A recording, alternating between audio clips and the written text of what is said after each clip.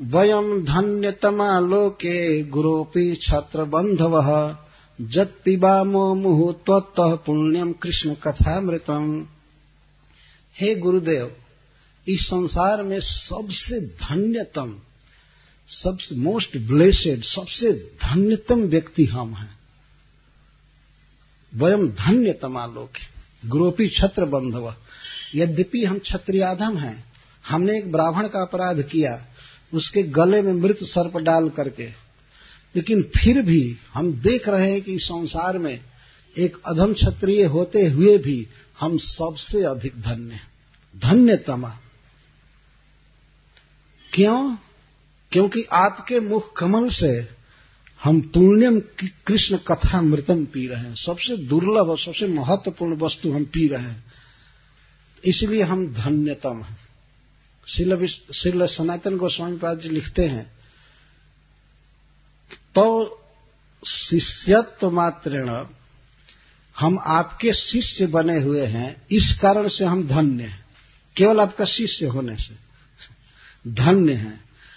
और आपके मुख से कृष्ण कथा सुनने के कारण धन्यतर हैं, और मुहुः बारंबार सुनने से धन्यतम। धन्य, धन्यतर और धन्यतम। धन्य का अर्थ है सबसे धनी, सबसे सौभाग्यवान, जो इस प्रकार का गुरु पाया है, सुखदेव गोस्वामी जैसा। तो सनातन गोस्वामी पाद जी कहते हैं कि हम धन्य, केवल आपका शिष्य होने से हम धन्य हैं, और कथा सुनने से धन्यतर हैं, बारंबार कथा सुनने से धन्यतम है। यहां पर एक यह भी बात ध्वनित होती है कि वास्तव में गुरु कृष्ण कथा सुनने के लिए ही बनाया जाता है। यही जीवन का लाभ है। गुरु कोई फैशन नहीं है। कुछ लोग सोचते हैं कि अभी हमने गुरु नहीं किया है, गुरु करना चाहिए, गुरु करना चाहिए, इसी फेर में घुमा करते हैं। गुरु करना चाहिए किस लिए? ये तो ऐसी स्थिति है कि कोई व्यक्ति देख रहा है कि वो डॉक्टर के पास गया है, वो डॉक्टर के पास गया है, उसका एक डॉक्टर है, ये फैमिली डॉक्टर है, तो हमको भी एक डॉक्टर रखना चाहिए। किस लिए? वो रखा है इसलिए।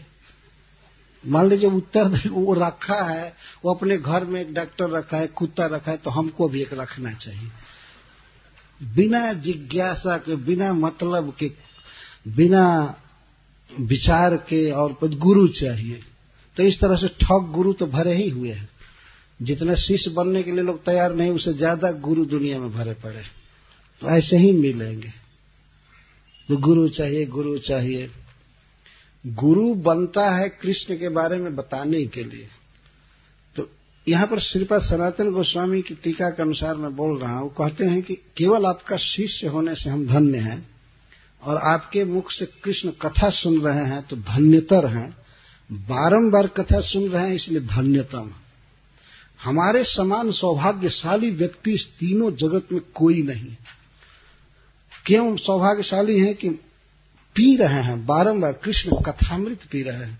इस संसार में सबसे दुर्लभ और महत्वपूर्ण वस्तु है कृष्ण कथामृत, ये पी रहे हैं, इसलिए हम धन्य।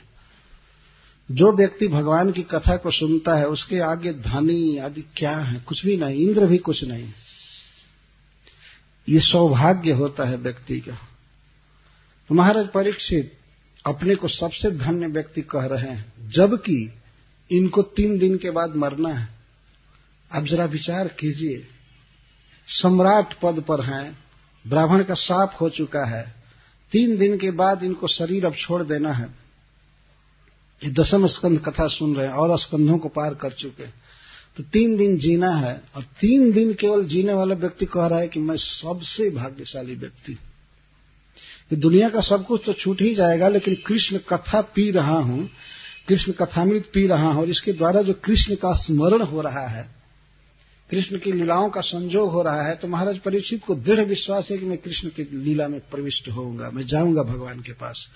तो इससे बड़ा धन्य व्यक्ति कौन होगा? तो वयम धन्यतमा लोक। इस प्रकार से अपनी प्रशंसा के वाक्य बहुत कम जगह मिलते हैं, और ऐसे कहा जाए कि मैं धन्य हूं तब तो ठीक ही है, लेकिन वयम धन्यतमा, हम सबसे अधिक सौभाग्यशाली व्यक्ति हैं, क्योंकि हम आपके मुख से बारंबार कृष्ण कथा पी रहे हैं।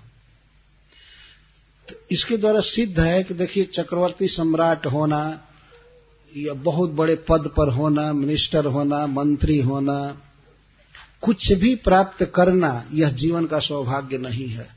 कृष्ण कथामृत को मुंह बारंबार पीना, यही सबसे बड़ा सौभाग्य है। ये श्रीमद् भागवतम द्वारा सिद्ध हो रहा है।